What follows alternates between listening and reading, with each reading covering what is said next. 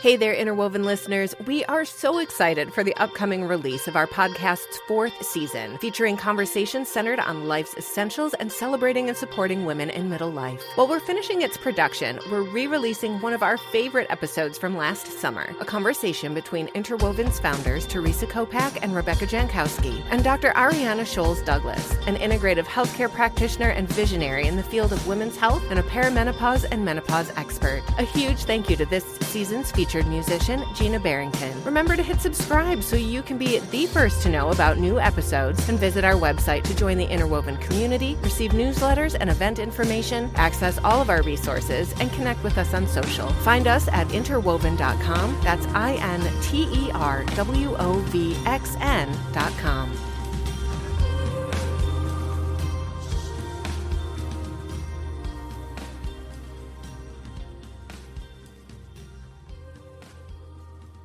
I would love to introduce our guest today, who is Dr. Arianna Sholes-Douglas. She's an integrative women's health practitioner and OBGYN, and currently one of the leading forces in reframing how we care for ourselves through middle life. She wrote the book, The Menopause-Myth, What Your Mother, Doctor, and Friends Haven't Told You About Life After 35. Both of us read the book and we loved it, and we had plenty of aha moments. Yay. While we were Hi, Dr. Arianna. We are so grateful to have you. Yes, thank you all. Thank you both for inviting me. Let's start with a little background on you. So, where did you start in your medical practice, and how did you get to Tula Wellness, your current practice supporting women? Yeah, so I like to think I started actually before I started, which was when I was younger, entering into, I guess, the reproductive years as a teenager, and had pretty severe, what we call medically dysmenorrhea, very painful cramps that were incapacitating. And so, long story short, my mother took me to several different providers. And one of them I know was a pediatrician. The other one was at least a mental health person. And then she finally took me to a gynecologist who gave me the equivalent of, I guess these days we say ibuprofen. And it just really changed my life. So I went from being incapacitated for 2 days out of the month, almost suicidal, to being able to just freely run track, be a cheerleader, just do all the things that I was into. So fast forward, I pretty much knew at that point I wanted to go into medicine. I, went through all the hoops, medical school and residency, and then I really took a liking to high-risk obstetrics. So I did high-risk OB, or maternal fetal medicine, for about 20 years. I kind of had forgotten, that my mission was really to help women and to change lives the way that my life had been changed. I mean, I was still doing it, but it wasn't really in the same context that I had envisioned. And then slowly, just between the calls and the stress of managing high-risk pregnancies, I just kind of had some aha moments that I didn't want to do that anymore. So I didn't know what I wanted to do. So I did a fellowship here in Arizona at the University of Arizona. I've always fascinated with integrative medicine. I've always practiced in a more holistic way, but I just didn't have any medical framework to work with it. And I really wanted to understand evidence-based medicine in terms of integrative health. So I was able to combine both that knowledge with obviously the years of mostly obstetrics. And then I just basically decided after a year doing that fellowship that I was just going to kind of jump ship completely. And I left corporate medical practice style to start my own practice. And that's Tula Wellness. Unbeknownst to me, part of why I jumped ship and was making all these changes was that I was going through perimenopause. I did not realize I was going through perimenopause. And then by the time I figured it out, I was like, oh my God, why didn't I understand this sooner, considering, I wasn't really practicing gynecology, so I kind of gave myself an out, but I just realized then that if I didn't understand it, then more than likely most lay women just did not understand what was happening. And that was very poignant because it was kind of the same story. I went and I was suffering and brain fog and depression, and then my thyroid was messed up. So all these things were happening. I finally got clarity by the time I got some hormones and thyroid hormones and some estrogen and got my diet better and all those things. It was another oh my gosh, I need to do this, because if I'm going through this, then other people are going through this. So I just really started focusing on it, wrote the book, and then the practice has just grown mostly as the needs of women have come up for me. That's kind of how everything we do in the practice is really like, that's something people either ask for, or it's like, oh, we have vaginal dryness. Well, we need to fix that. So now do a whole bunch of vaginal dryness, treatments or non-invasive things. So it's been very organic, mostly related to my own journey. And I've just kind of been the poster child for most of what I do. Right. With our personal experiences, it's influenced the journeys of our practices and how we're able to engage women in a deeper and more authentic way, having been there and gone through it and seen what these experiences can be like. What for you were the most significant changes you personally experienced during perimenopause? And are there signs that you most commonly see in patients kind of at this transition point? The first thing I think I was experiencing was probably worsening PMS, which I didn't quite appreciate because I just, again, had a pretty stressful job and, it was just hard to tease out some of that. But then I would say in my, later 30s, I was getting hot flashes or at night. They weren't during the day. I would get night sweats. And so it just never occurred to me. I mean, it wasn't until years later. I don't even know. I think I was just so busy and so not in my body. I never took it beyond, I'm having night sweats.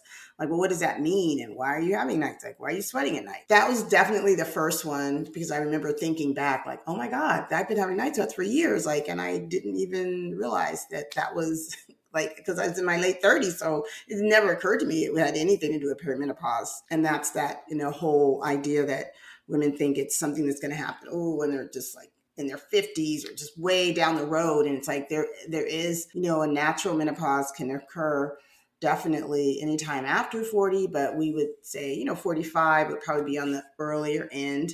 And then, of course, average age is around 52, but 51, 52, that's where it started, the worsening PMS. And then I think the part when I really, really knew, and this is where I got a little tricky because I also had hypothyroidism, that was undiagnosed. And that's a very common combination of hormonal imbalances that happen in women as they age. And so a lot of those symptoms can overlap. Like, for example, joint pain. I was having joint pain, but because I had some autoimmune stuff, it's just, I couldn't really figure out what was going on. The biggest one, you probably read that in the book, was I was so irritable and I was literally wanted to kill my husband. I literally was like, I hate him so much. And my kids, I was even just I just, all these people in my house just disgust me. I was just so irritable. And then I realized at one point, it had gotten to a point where there was no trigger. I just was like, okay, how can I literally plan his death so I can be rid of him? And then I finally was like,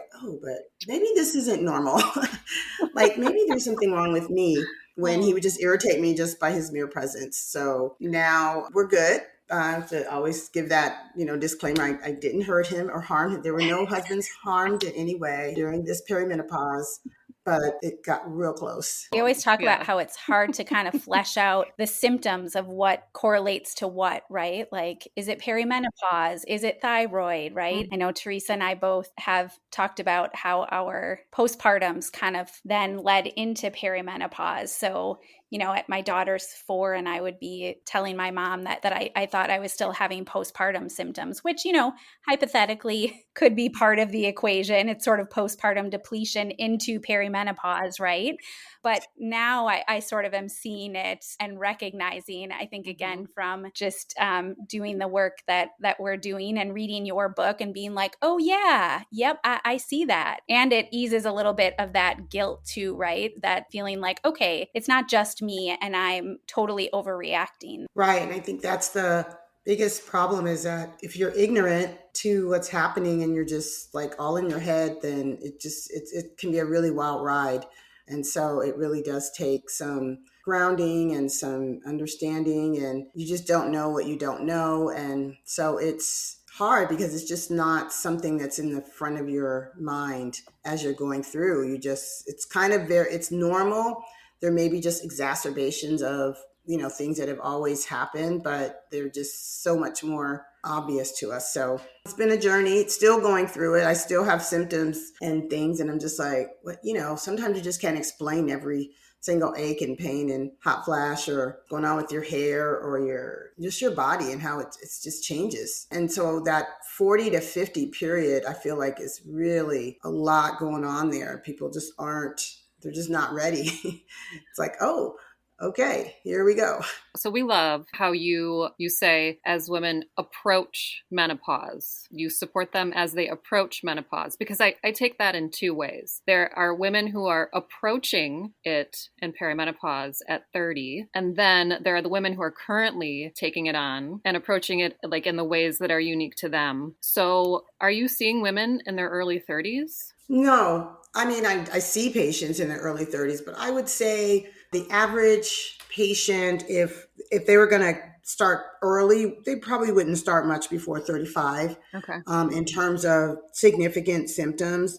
But I would say more often than not, it's going to be like later 30s, 38, 39. That's when I think things can get a little bit more dicey. But prior to that, a lot of women, they're still contemplating childbirth. They may have not ever had children. So it can be a hard time as well because they may be, late 30s and still thinking they want to have children. And I'm like, I hate to break it to you, but this is not, you're not going in the right direction for those goals. And not that it can't happen, but obviously, it just, if you start to have those symptoms that early, then your odds of having natural conception become, slimmer, and we just got to do some other interventions. I just left the acupuncture. She was telling me how all these women she got pregnant, or at least at some point, who really use that as a tool. So I would say really getting your body on all levels in balance, because there's just so much shifting. I don't even pretend to understand all the shifts that are going on, but I know just from what I see that we have to include things like, acupuncture, your diet, which is huge, and just mindfulness and all the things that we're like, yeah, I know I got to do that, but we don't always take the time to do. These are habits that I have touted for years, but I can say, honestly, I wasn't really good about doing a lot of it because I was like, well, the rules don't, in my mind, I'm like, well, I don't need to do all that, but, you need to do all of that. Yeah, right. Personally, if you had told me that I was experiencing perimenopause at 35, I may have been upset. I would have been upset. What? No, that's not even on my radar. And then I was pregnant at 37 and a mom at 38. So then several of these life phases were mixed together. But not only was perimenopause not on my radar, I carried no knowledge of it. And I pushed it to the far corners of quote unquote middle age, not understanding that I was already there. So then it became like this health ball of twine with postpartum and existing conditions, like you had talked about before, that I'm still teasing apart and lining up and creating an understanding and acceptance of. But that's why when we talk about this approach to menopause, to have this conversation be a comfortable space to go in for women that are also coming up on 35. So that the preparation is there, that there are books like yours for women to open up and say, okay, well, this is what's coming down the pike. And it's good to know this information so I can integrate it when my unique design demands it. Yeah. And I dare say that we need to even start earlier. I think understanding the whole spectrum of aging. I don't know if this is just unique to Americans. I know there are other cultures that have a better approach and a little more encompassing and honor that aging process more. For our culture, it's more of, once you're not having babies, then it's kind of like, well, you're on your own, like just kind of figure it out. So I think the whole narrative should really start when we're learning about sex education. And these are stages that we go through. Then there's puberty. And then there's, there's a time when you're more likely to have children. But then there's a time when that changes and then your body changes. But starting early with children so that, as they age, they don't have the same stigma around all of this, because a lot of the stigma is just ignorance. And when things are like taboo and nobody's talking about it, then we can't really get better, grow, or do any better because we haven't taught anybody any better. I was on a panel. It's the Society for Women's Health Research. And, they do a lot of work. It's a nonprofit that does a lot of work around researching and educating around women's health issues in general, and the disparities, especially that research lends to women. One of the questions, or one of the things that we came up with was, as a roundtable, when should we start educating women around this topic? And so the consensus ended up being around 35. But again, I think it's not only educating women, but it's educating men and boys, girls earlier. So again, it's really not just a woman's problem, because this issue impacts even the bottom lines of companies, because as women reach their peak in careers, they also are going through this phase. And a lot of them are wondering, well, I'm having brain fog. I mean, I just saw a woman the other day. She's like runs a multi-million-dollar company, and she's got brain fog, and she doesn't understand. She's so used to being so on it. She's really having a hard time. And she has a combination of thyroid issues, but hormonal issues. And so she can't even work. So we know that there is an economic impact on society. So this is, for no other reason, we need to address it. Hey everybody, this is Jen, one of Interwovxn's producers. We're going to take a quick break from this discussion. We are so grateful you are here and hope you feel the same. If you find value in the work we're doing, please consider becoming a supporting member. We would love to keep this going with your help and hope in return to support your journey into and through middle life. For more information, go to interwoven.com/membership. What's really important for me, at least, is, like you say, to remember that menopause is a cycle of life.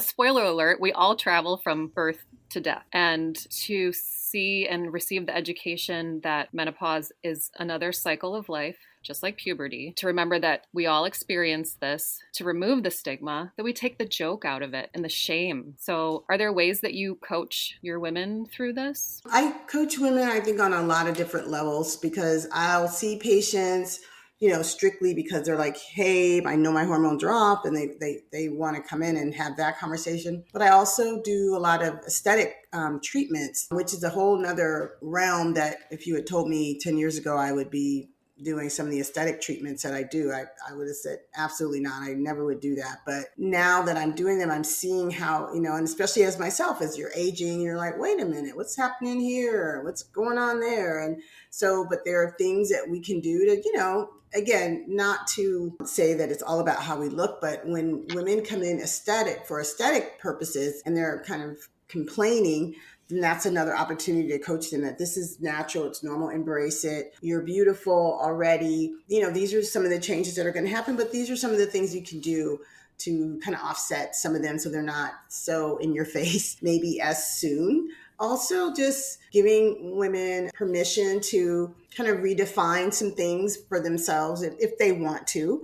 I'm always coaching women about, having permission, because I think this is a period of really not asking for permission to do a lot of the things that we've been trained and just brought up to feel like weren't, necessarily accessible to us, or things that we shouldn't do, or ways to walk in the world differently, because so much of our focus is on when we're younger, it's just like maybe achieving some professional goal, and then it's raising children, and then it's relationships and the wedding and all of these things. And then when all that kind of stops, meaning the children have grown and you've reached maybe where you want to be professionally or not, then that's when it lends to a lot of time to reflect and figure out, well, what do I really want to do? Or what's my purpose? And so every opportunity I have to kind of encourage my patients or clients to really tap into that and embrace, it's what I call embracing the journey, because it's a journey where you'll never get to the final destination. And it's an opportunity to really step into your best self, because you don't have I call it the veil of estrogen, where estrogen is our nurturing hormone. It makes us want to have babies and, nurture people and pick up people's socks and do the womanly thing. But as our levels decline, then we're more like, hey, I don't want to do that.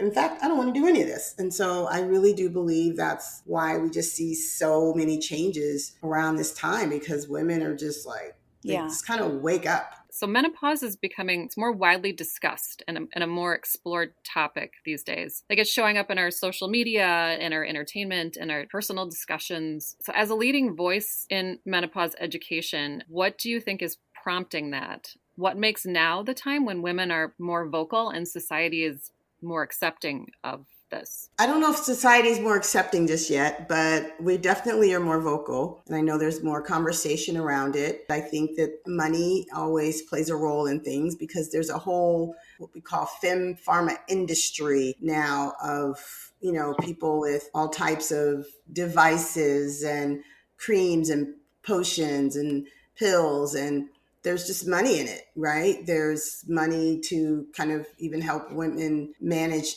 at least they feel like they're managing it on their own just by, you pee in a cup or spit on a paper and you can get your hormones. And so I think it's also generational. I think just women in, at least the women I would say in Gen X, that are starting to enter, that they are the voice, and then the millennials will come along and they're just about to get into it. And so there'll be a whole lot more conversation because they don't play. They're proactive about everything. And that's good. It lends itself to all of the conversations that we're having more of, things that I know for myself, like just dealing with, my children and gender identity and sexual orientation, and just conversations that, I would have never had. They just weren't conversations we were having 40 years ago. And now people can really openly talk about how they're feeling, whether it's, again, I just think there's an openness around all of this that is there. It's not unique to menopause. So that makes me wonder, do you see, I know in the book you talk about perhaps the lack of education for a lot of OBGYNs when it comes to care for women in this phase of life. Do you think that the medical community is catching up? How do you recommend that women start the conversation with their doctors? Unfortunately, I don't think the medical community is catching up as fast as the lay community. But the good news is that just like with politics, the constituents get to decide what direction things go in, generally speaking, right? You vote this person in and they have to listen. Well, you have a doctor. They may have not gotten all that information, but as more women are empowered and informed and going to providers and really just demanding this attention, this understanding, it's not the provider's fault though, because they weren't trained. I wasn't trained on anything menopause. We're still not doing a good job of training, undergrads in this area or medical students, residents. I mean, the focus is always and has always been on really the reproductive years. That's the main focus. And then, just all the things around that. But really, once a woman isn't reproductive, there's just not as much interest, understanding.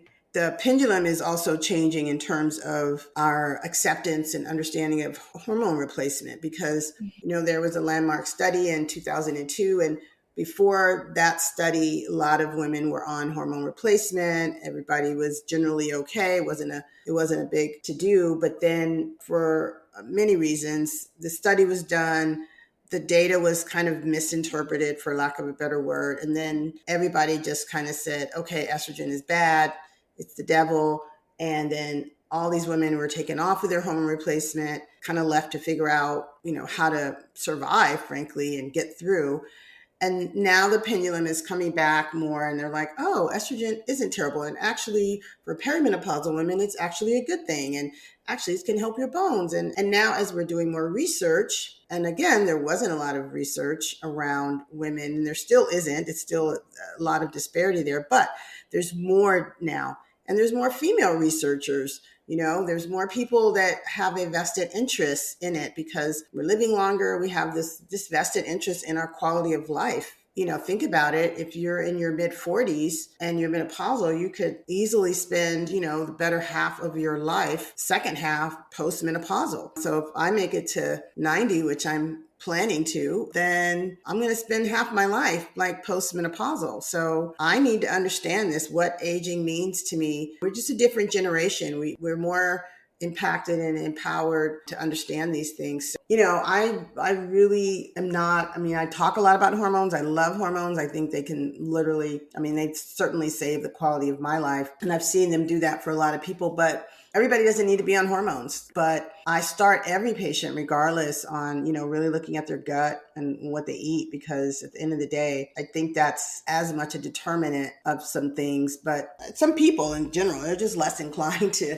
They don't really want to hear that they can't eat French fries and drink wine every night. It's like their comfort food or their comfort drink. And it's like, I get it, but we've been programmed and self-medicating with things. And a lot of things we self-medicate with are the things that actually are making things worse. So breaking people from that habit of reaching for inflammatory things or sugar to feel better while we're going up and down is hard because they need something. So I had one patient, she's like one of my favorite cases. She came in and she was just literally a hot mess. And she couldn't function. She was used to being very high functioning and she was just really falling apart. And it was affecting her relationship, her marriage. Normally I have my thing. No, you're going to do the food elimination diet and then we're going to talk about the hormones. Because I'm not just going to be like, here, take some estrogen. But she was one of 2 or 3 people that when I saw them the first day, I was like, I'm going to put you on estrogen right now. Because if I don't, I don't know where you're going to be next week. And I put her on estrogen and progesterone and all the things, got her thyroid better. And then she came back like a month later, like a completely different person, able to do all the things. And then she went on to then do the food elimination diet. She lost like 20 pounds. She translated that into her family. Her husband ended up losing a lot of weight. Then they started being vegetarian, plant-based, and it just changed the whole family just by treating this woman. I couldn't treat her the way that I normally would, like, okay, you're going to go through all these steps, because some people are just so far out there. Like, it's like, I need to get them to a place where they can do the work, right? And it is work. At the end of the day, a lot of people just don't want to do the work. I understand it because it's work and, it's still a 4-letter word, but it really has to be done if you really want that quality of life. You can't just expect your provider to just give you a magic pill. Well, and I think doing the work leads to greater results, right? Than just taking a pill. If you look at this journey as being sort of this becoming or coming into your full self, I think that it can be really rich and there's benefit to doing the work and implementing. I know you talk a lot in the book about self-care practices. What are some of your favorite self-care practices? I guess my favorite one, as silly as it seems, is just taking a bath. I take probably a hot bath 5 or 6 days out of the week. It's just something soothing about just me sitting in warm water and being quiet. And on a good day, I get a bit of mindfulness in. Now it's more of a habit, so I feel like I'm not probably as mindful as when I started. I also, on my Mondays, typically I am doing work, but I make sure that's like my self-care day. So far today, I schedule all my appointments and I make sure, I have my physical today. I went to the acupuncturist. I'm going to my chiropractor. And, I believe 1,000% in Western medicine and the things that it can do. But I also know that you have to fertilize the soil for the seeds to grow and for things to even work even more optimally. Baths are one, really seeing my providers and not compromising. And then I guess my most favorite self-care is going to a spa. To me, spas and getting massages, just pampering myself. What is your favorite menopause myth? My favorite one? I don't know if it's my favorite as much as it's the one that I think people are just really still confused about. And it's just when perimenopause starts. I just have women in their mid-40s and they're like, oh, well, I'm just far away from that. And I'm just like, no, you're not. Even after I explain all this, but women in their 40s in particular. And I would say the next one, it wasn't even a favorite, but it's something that always interesting to me is what happens to our sexual health during that thing. And just the surprise that, women have. Like, what do you mean my vagina is dry? Like, wait, what? Like, nobody, like, they don't have any idea. So those are the two that I probably get the most excited about one way or the other. And where do you feel the greatest engagement on the myths, the ones that come up the most? I would say, well, I feel like it's more of a constitutional, just not feeling yourself and feeling out of sorts and irritable and not just like, what happened to me? Like, I was like on fire. And now, I went from literally this woman I saw the other day, she designed designs housing subdivisions, and she's responsible for everything from when you walk in the door to every single model home and what it's supposed to look like in the message. I mean, it was just like when she described what she did, I was like, oh my gosh. But she's like, I'm just tired. I'm like, well, yeah, you're tired, first of all, because I don't even know how you're doing all that. It's very gratifying when I'm able to tweak somebody enough, just the way that I got tweaked, so to speak. And I can see somebody who was really high functioning, who kind of fell down and just couldn't get it together, and then to be able to bounce back and then really be able to step into some good quality life. What a beautiful thing to witness someone coming back into focus. Yeah, it is. It really is. That's very gratifying for me. So it's like, that makes my day when people come back and they're just like, oh my gosh. So whether it's helping them get into that kind of focus, I would say I want to believe I've saved several marriages, just helping women understand it's not your husband. It's really not even you per se, although there is some work there. I mean, the harder conversations I have with women are the ones that aren't happily married, who've really been putting off the work of recognizing that they're not in healthy relationships. And yes, it's been time to leave, but it's definitely time to leave. And that's that part of menopause that I think, or this veil that I say that gets lifted, that we don't get to ignore like those obvious things that might just irritate you during your cycle. And I don't pretend to understand like how all that works. But it's like, I do feel like the things that you feel during PMS has to do with that estrogen level and your ability to see clearly.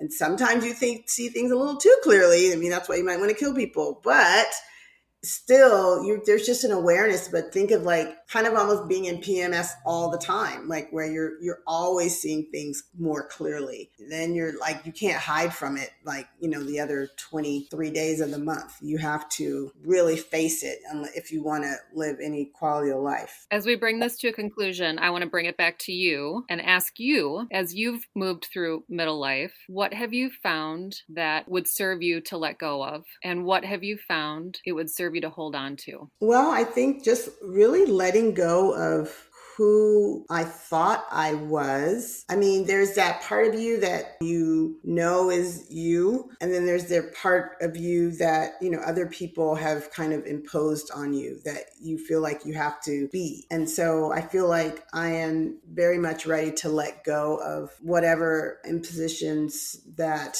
other people have put on me for what I need to be doing and how I need to do it. And the thing that I need to hold on to is, I would say, I would love to more so recapture that spirit that I had when I was younger, in terms of, changing the world and feeling like I made a difference. Sometimes, you just get very wrapped up into the day to day and don't necessarily feel like I'm moving the needle so much. I just want to continue to try to move the needle and, still be a voice around that. So I want to hold on to that passion in everything. My youngest child is graduating from high school. And so we are officially going to be the empty nesters. And I'm really honestly looking forward to it. People are like, oh, are you sad? And it's like, no, I'm good. Did that, seen that, done that. So I'm really ready to rediscover what did I really like to do and what really gets me. You just spend so much of your energy focusing on these they're wonderful people, but it can be pretty exhausting and definitely takes away from that energy that you would give to yourself. So I'm looking forward to investing into me. I'm just going to do it. Yeah. And just so you know, we definitely think you are still moving the needle and are so inspired by your book and the work that you are doing, that you are willing to support Interwoven and continue this conversation. Because when we can support each other and look at how we each create legacy for ourselves and for women as a whole, it's really exciting. Thank you. Yeah, I'm looking forward to 30 years from now, just being able to look back and see how much hopefully has changed. Hopefully that generation, by the time, my daughter goes through some of these changes. Yeah, I hope it's a really different world for her, that we're just doing things differently. And I think that's going to happen, because it's already a very different world. Lord knows it's a different world than what it was when I grew up. And you guys are a little bit behind me. So it's changing. I have the same hope. So that's why we're grateful for your presence and your work. Thank you for being here and sharing that with us. Thank you, ladies. Yes, thank you. Much. Thank you.